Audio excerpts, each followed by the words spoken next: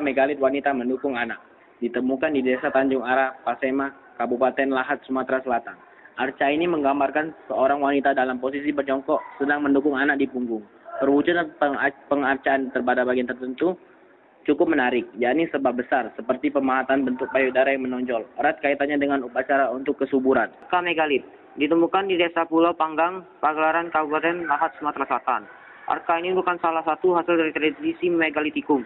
Bentuk secara keseluruhan memperhatikan sikap seorang yang sedang duduk di atas ekor binatang. Arca megalit orang menunggang kerbau. Ditemukan di Desa Gunung Magang, Kabupaten Lahat, Sumatera Selatan. Perwujudan arca ini memperlihatkan seorang laki-laki sedang berusaha menaklukkan atau menunggang seekor binatang menyerupai kerbau. Arca megalit pakai tutup kepala. Ditemukan di Desa Pematang, Pagelaran, Kabupaten Lahat, Sumatera Selatan. Perwujudan kepala arca ini menampilkan keperkasaan yang diperlihatkan oleh ekspresi wajah yang kuat, gambar seorang prajurit. Baju pengantin. 1. Jubah pengantin Pak Sangkong. Bahan terbuat dari bludru, bagian dalamnya dilapisi kain katun warna merah. Bagian luarnya bertabur lempengan kuning motif bunga. Pada bagian kerak, ujung lengan dan bagian tepi depan dihiasi kuningan separuh bulatan yang antara satu dengan yang lain dihubungkan dengan benang merah. Fungsi sebagai jubah pengantin laki-laki, Aesan Pak Sangkong Palembang. 2. Baju kurung Pak Sangkong. Bahan terbuat dari bludru, bagian di dalamnya dilapisi kain katun warna merah. Bagian luarnya bertabur lempengan kuningan motif bunga.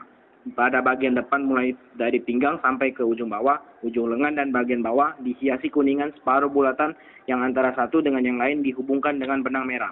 Fungsi sebagai baju pengantin perempuan Aesan Pak Sangkong Palembang. Jubah pengantin Oki.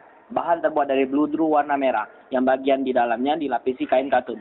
Motif bubur talam dengan isian motif bunga berwarna biru, hijau, kuning, dan merah jambu yang terbuat dari benang emas dan benang nilon. Pada keempat sudut motif bubur talamnya terdapat motif bunga. Pada bagian kerah, ujung lengan, dan bagian tepi depannya ditaburi 2 baris lempengan kuningan.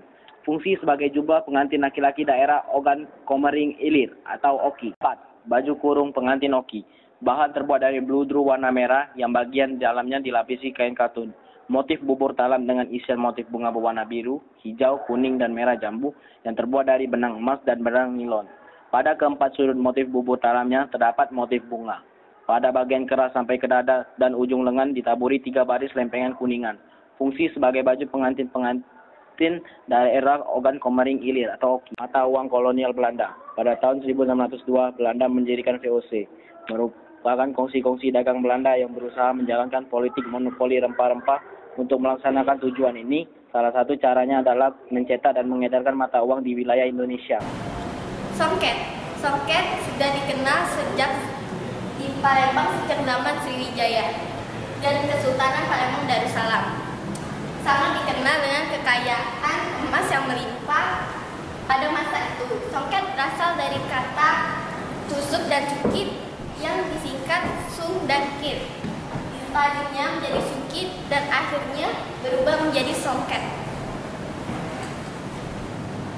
Naskah kuno.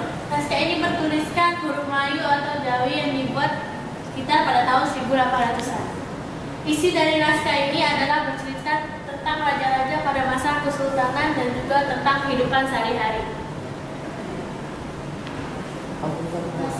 Semage adalah salah satu jenis kain yang berasal dari negeri Siam dan Kamboja. Kain ini dipakai untuk ritual perkawinan dan kematian serta upacara adat lainnya. Sewet pelangi. Sewet pelangi ini sangat beraneka ragam dan indah.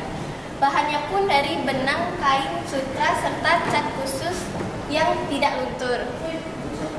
Pembuatannya tetap secara tradisional. Sewet pelangi ini permukaannya licin dan halus serta bisa dikepal dengan tangan.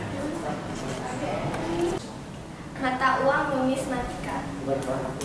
Sebelum manusia mengenal uang, kegiatan jual beli dilakukan dengan cara tukar menukar antara jenis barang tertentu dengan barang yang lain.